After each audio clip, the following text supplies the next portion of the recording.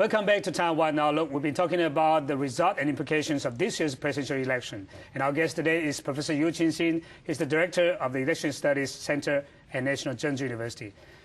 Professor Yu, your center has been doing all kinds of opinion surveys, especially election surveys. But other media is also doing all kinds of surveys. But the problem is that in Taiwan society, many people say that all those surveys are not reliable. Do you think that's the case?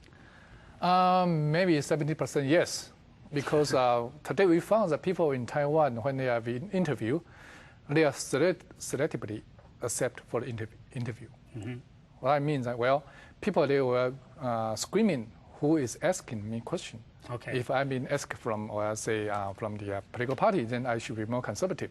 Mm-hmm. If I'm being asked by the academics, then I should be more liberal and too free-minded to say that. Right. If I'm being asked by media, then I should be more participate and to say something fancy for the media. Yeah. So today, particularly in mass media, we found that too many opinion polls conducted by the mass media, and they are quite. I don't say that's a black box, but I would say that too many details we don't know about the polling process. So today it's quite difficult to say that the polling result is quite accurate or not. But the problem is that the process is being transparent or not.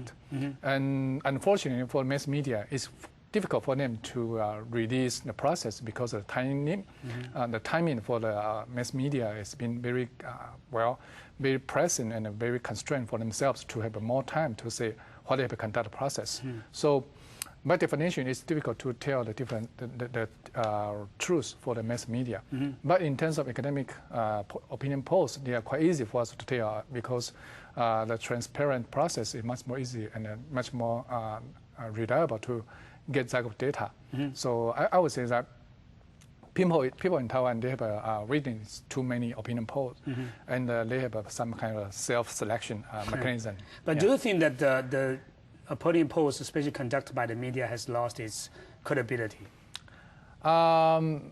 To some degree, yes, but we should not deny all the mass media polls because they do have some good polls in elections. Mm-hmm. But the problem is that, the mass media, they do not provide convincing evidence for themselves. Mm-hmm. Yeah.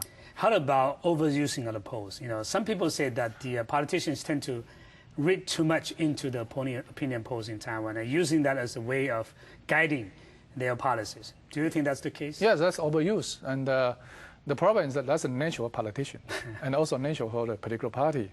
Yeah. We are not able to expect that a political politician can very neutral to opinion poll because it's related to their life and death. Mm-hmm. So the problem is that, who is interpreting those data? Yeah.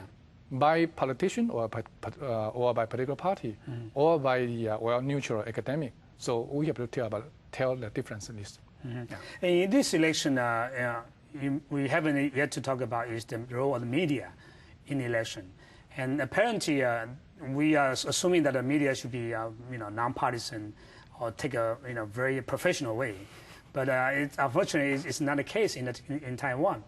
What's your view on the media's role in the election? Well, we cannot expect media in Taiwan as the case media in the United States. Mm-hmm. But even in the United States, we see that, New York Times has been quite liberal, and the Washington Post is quite conservative. Mm. But this kind of position should not undermine their, credibility for news reports. And professionalism, right? Yeah, professionalism. But in Taiwan, we do see that, sometimes mass media, choose one side, mm-hmm. and maybe not choose the other. So sometimes they will contradict by itself. So we don't see any consistent position for the mass media. That's the problem. Yeah. We are not saying that we don't like a media has a very strong conservative or very strong liberalism, but we do need a consistent position for the mass media. Yeah. And let's talk about the future prospects of a new president. Mm-hmm. And what do you think will be the major challenges that President Ma will have to face? Well, foreign relations, mm-hmm. in together with relation with mainland China, mm-hmm.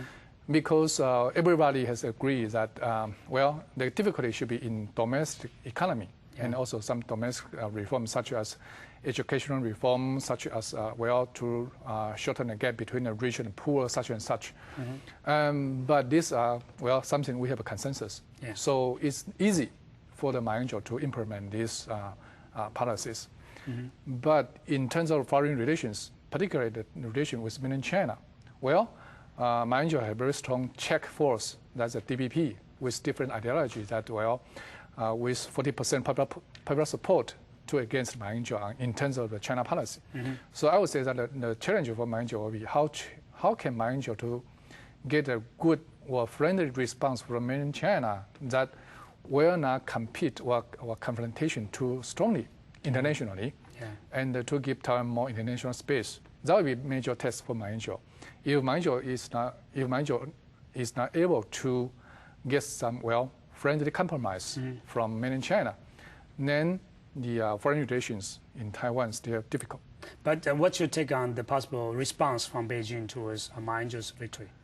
I don't know. I'm not people in Beijing. But do you think that, as you mentioned, that you need support from or response from Beijing to make all those promises happen? Is it possible? I think Ma Ying-jeou has once declared his position in terms of cross relation. He says that, no independence, no integration, no confrontation. Yeah.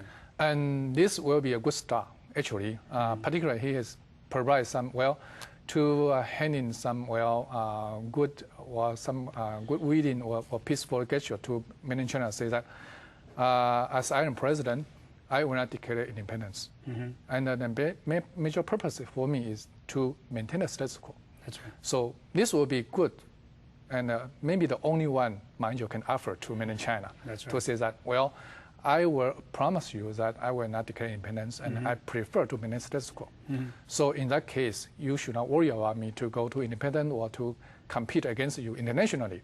So that would be the Ma Ying-jeou can do so far. Usually there will be a honeymoon period for the new president. Do you think the honeymoon period will be very short for Ma, or maybe not honeymoon, but honey day only. Honeyday. Yeah, but because with close to 60% popular support, that has been quite a high expectation. Yeah.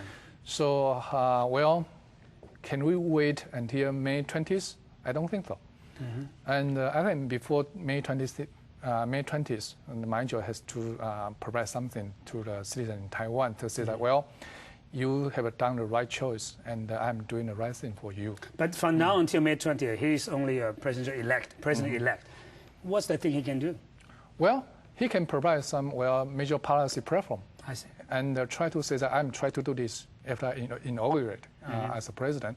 And also he has to, internationally, some announcement and what he's going to do, and particularly to mainland China, actually.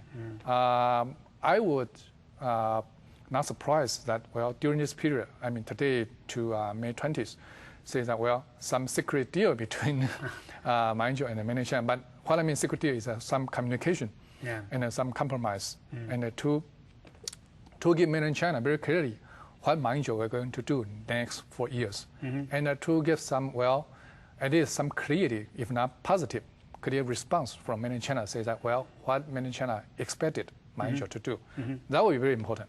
Yeah. And although President-elect Ma got almost 60% of the votes, but apparently he said that he wants to be the president of all the people. Yes. What can he do to make himself truly a president of all?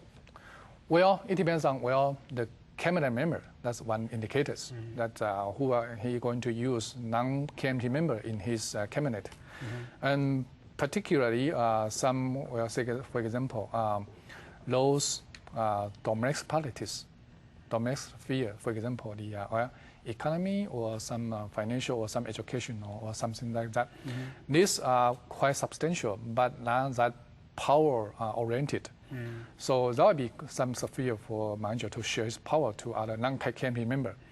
And also, his policy should be more widespread or some catch-all to the all people in Taiwan. For example, he should take care about people in the South, even though South has been defined as a KMT stronghold. But as a president of Taiwan, he's not only a president of the North, he's a president of Taiwan, so he should be equally treat these people that, well, even some distributed policies, particularly for some pension system or some, social welfare reform should be taken care about the South, because South has been, well, disadvantaged to some degree. And also some agricultural counties. And these counties, they are desperate to some degree, and they need some help from the central. But with this unified government, so supposedly if President Ma wants to do anything, he can get a support from the legislature. So that's a good thing, right?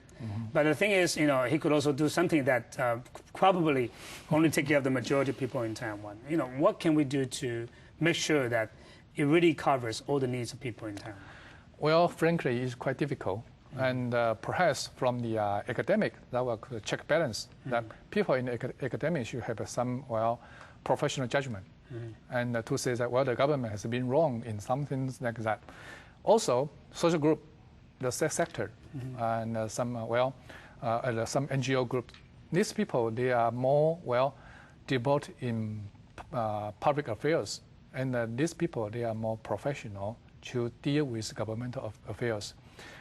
So, to some degree, I would say that the civil society is quite important right now, much more important than 4 years ago. And particularly within one dominant party system, then we need a strong civil society. These people, they can speak for the general public. And this general public has been, less resources and less spoken out in the past. And we need this one. And apparently, the election this time is another milestone for Taiwan's democratization process.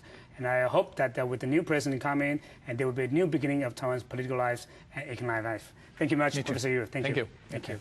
And thank you for watching Taiwan Outlook, and see you next week.